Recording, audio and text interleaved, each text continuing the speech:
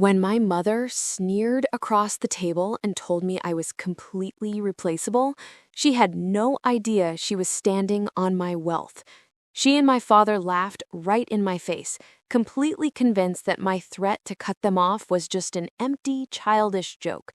But exactly 48 hours later, their luxury world shattered into absolute pieces when their premium card was brutally declined at an exclusive dinner party. By the time they called my phone crying and begging for mercy, I had already systematically dismantled their entire lifestyle. My name is Jessica Jenkins. To understand how we arrived at this explosive breaking point, you have to understand the toxic dynamic that had defined my family for over a decade. Growing up, I was always the designated corporate workhorse of the family, while my younger brother, Dominic, was the golden child who could do absolutely no wrong. My parents, Eleanor and Arthur Jenkins, were highly superficial people who had spent their younger years running a moderately successful boutique real estate agency. However, instead of investing their profits wisely or saving for retirement, they lived like absolute royalty, blowing through every single dollar on country club memberships, luxury vacations, and high-end fashion just to maintain a fake image of immense wealth for their peers. When the housing market shifted and their business inevitably collapsed into a mountain of debt, they refused to adjust their lifestyle.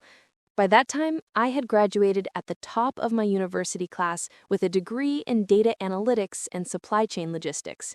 I immediately secured a high-powered position at a major global logistics firm, working 80-hour weeks, climbing the corporate ladder with ruthless efficiency, and making an incredibly massive income. Instead of being proud of my career, my parents viewed my financial success as their personal safety net.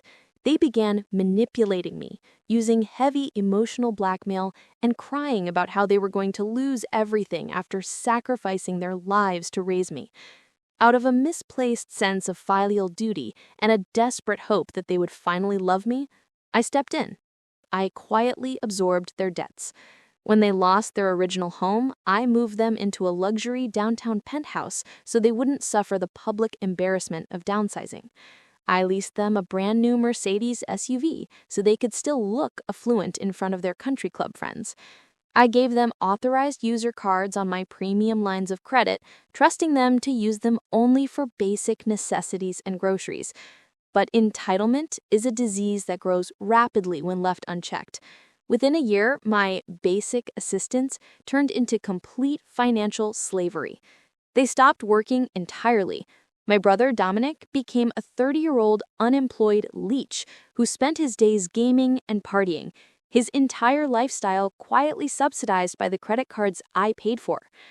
My mother began spending thousands of dollars a week on designer handbags, expensive spa treatments, and lavish dinners for her friends, proudly telling everyone in her social circle that her family was independently wealthy from old real estate investments. She completely erased my hard work from the narrative, never once mentioning that her quiet corporate daughter was the sole reason they weren't sleeping in a homeless shelter. The argument that changed everything happened on a Tuesday afternoon. My parents had called me over to the penthouse, not to ask how I was doing, but to present me with a brand new list of demands. Dominic wanted a $50,000 down payment for a luxury sports car franchise he wanted to start, and my mother was demanding that I put my name on a brand new, multi-year luxury country club membership that cost an astronomical amount of money. When I calmly sat down and told them that I was tightening my corporate budget, that the inflation in the market was affecting overhead, and that I could no longer fund Dominic's lazy lifestyle or their extreme luxury habits, the mask slipped entirely. They didn't see a daughter who was stressed and overworked. They saw a defective cash dispenser that needed to be violently kicked into compliance. My father slammed his glass down, calling me ungrateful and selfish, reminding me of how they fed me as a child. My mother launched into a full screaming rage, pacing the room and shouting that my corporate job had made me arrogant, culminating in the final devastating insult that I was completely replaceable. As I rode the elevator down to the parking garage that afternoon, the sheer weight of their disrespect solidified into an unyielding resolve. I drove straight back to my own modest apartment downtown, sat down at my desk, and opened my secure personal laptop. It was time to show them exactly what the word replaceable actually meant when applied to the real world. I didn't act out of wild, chaotic anger. I acted with the cold, systematic precision of a data analyst shutting down a corrupted system. First, I logged in to my primary corporate banking portal. I navigated to my premium credit card accounts and located the 2 authorized user cards issued under the names of Eleanor and Arthur Jenkins. With a few deliberate clicks of my mouse, I completely canceled the cards, permanently freezing the credit lines and removing their access entirely. Next, I sent a formal, certified email to the property management company that owned the luxury penthouse. The lease was legally in my name, and it was currently on a month-to-month agreement. I officially informed the landlord that I was terminating the lease effective immediately at the end of the current cycle, stating that I would no longer be responsible for any rent payments past the next 30 days. Finally, I called the corporate fleet leasing company that managed the luxury European SUV they drove. I informed them that the primary account holder was withdrawing authorized payment methods. I paid the standard early termination fee out of my own pocket, arranged for a corporate repossession team to schedule a pickup of the vehicle, and pulled my banking details completely out of their system. Within a matter of 2 hours, I had systematically dismantled the entire financial foundation that kept their illusion of luxury alive. I then placed my phone on Do Not Disturb for all unrecognized numbers, closed my laptop, and went to bed, experiencing the most peaceful night of sleep I had enjoyed in 10 long years. For the next 48 hours, there was absolute, blissful silence. My parents didn't try to text or call me, likely because their supreme pride made them believe that I would eventually crawl back to them, begging for forgiveness and carrying a checkbook to make amends. They spent those 2 days completely oblivious to the fact that the golden carriage they had been riding in had already turned back into a pumpkin. The absolute climax of their reckoning arrived exactly 2 days later, on a Thursday evening. I was sitting in a quiet, high-end cafe downtown, enjoying a hot cup of coffee after a productive day at the office, when I decided to take my phone off the restriction filter. The moment my cellular network reconnected, my phone began to vibrate violently in my hand. It was an absolute barrage of missed calls, urgent text messages, and frantic voicemails from both my mother and my father. Just as I was scrolling through the notifications, my phone lit up with an incoming call from my mother. I took a slow sip of my coffee, pressed the answer button, and placed the phone calmly to my ear. The moment the line connected, my mother's voice exploded through the speaker. She wasn't just angry, she was in a state of absolute, unhinged, high-pitched panic. The aristocratic, calm demeanor she usually maintained in public was completely gone, replaced by a raw, desperate screech. "Jessica, where on earth have you been?" she screamed, her breath coming in ragged gasps. "We have been trying to reach you for the last 2 hours. You need to fix this absolute nightmare right now. We are currently sitting at the main dining room of the Oak Ridge Country Club with the Henderson family and all of our highest society friends. The waiter just brought back our primary black card and told us right in front of everyone that the payment was completely declined. It was a public humiliation. We tried your father's card and that one was declined too. Call the bank immediately and clear the restriction. We have a $3,000 dinner bill sitting on our table, and the manager is threatening to call the police on us." I sat quietly in the cafe, listening to her frantic breathing, feeling a wave of absolute empowerment wash over me. The background noise on her end was filled with the clinking of fine glassware and the low, hushed murmurs of an upscale crowd witnessing a massive social disaster. "The cards aren't restricted, Mom," I said, my voice completely smooth, level, and entirely devoid of any emotion. "They are completely canceled. I permanently removed both you and Dad from my accounts 2 days ago." There was a sudden, dead silence on the other end of the line. It was a heavy, suffocating silence as the absolute reality of the situation slowly began to pierce through her thick layer of delusion. What do you mean, canceled?" she whispered, her voice suddenly trembling, all the fake confidence completely evaporating. "Jessica, don't play these ridiculous games right now. We are your parents. You can't just leave us stranded here like this. How are we supposed to pay for this dinner? I suggest you ask your golden child, Dominic, to drive over with his wallet. Oh, wait, he doesn't have a job, does he? Or maybe Dad can offer to wash the dishes in the back. Either way, it is no longer my concern." Before she could launch into another desperate scream, my father clearly grabbed the phone from her hand, his voice booming with a mixture of raw panic and forced authority.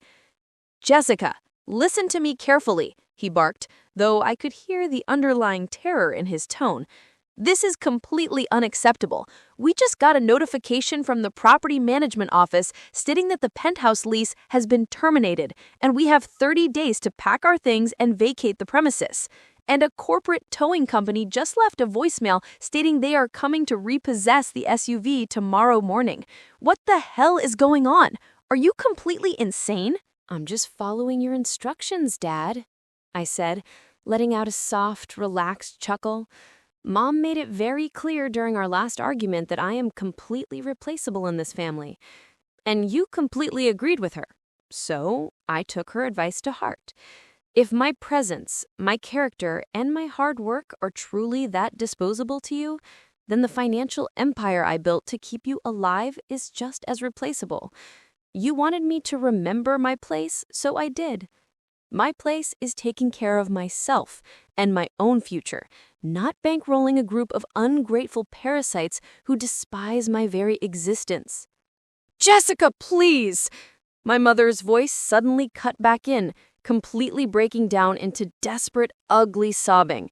She was completely dropping the arrogant act, openly begging like a child in front of her high society peers. "We didn't mean it. You know how stressed we were about Dominic's future. We were just speaking out of anger. We are a family, Jessica. You can't do this to your own flesh and blood. Please, just cover the dinner bill and reinstate the penthouse lease, and we can sit down and talk about this like rational people. We need you." "You don't need me, Mom," I said, my words cutting through the air with absolute finality. "You just need my money. And that pipeline is permanently shut down. Have a wonderful evening at the country club." With that, I pressed the end call button, permanently cutting off their voices. I immediately went into my settings, blocked their numbers, blocked my brother's number, and purged every single trace of their toxic presence from my digital life. The fallout over the next month was a slow burn masterclass in poetic justice. Because they couldn't pay the $3,000 dinner bill, my father was forced to hand over his expensive designer watch to the country club management as collateral just to avoid getting arrested that night, completely destroying their reputation among their elite friends. Within 2 weeks, the luxury SUV was officially repossessed right from the driveway of the high-rise, forcing them to take public transit in full view of their neighbors. When the 30-day eviction notice concluded, their complete lack of savings and terrible credit scores caught up with them brutally. They were forced to pack up their designer clothes and move into a cramped, outdated 2-bedroom apartment in a run-down suburban neighborhood, a place that was an absolute nightmare for their shallow vanity. My brother, Dominic, was finally forced to swallow his pride and secure a low-paying, entry-level retail job just to help cover their basic utility bills and groceries, experiencing real hard work for the absolute first time in his life. They were finally forced to look in the mirror and face the cold, unyielding reality of their own empty arrogance. Meanwhile, my life transformed into a beautiful sanctuary of absolute peace and financial growth. Without the massive, draining overhead of funding 3 lazy adults, my personal investments skyrocketed. I surrounded myself with genuine, honest friends and colleagues who valued my intelligence, my kindness, and my character, rather than the size of my bank account. If there is one vital psychological truth you must take away from my journey, it is this. Never, under any circumstances, allow the people who depend on your strength to convince you that you are powerless.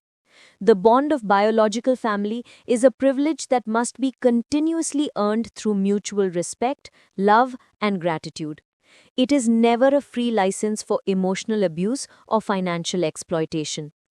When toxic people, even those who share your own blood, try to look down on your hard work while standing on the very platform you built for them, do not waste your precious energy screaming or fighting back.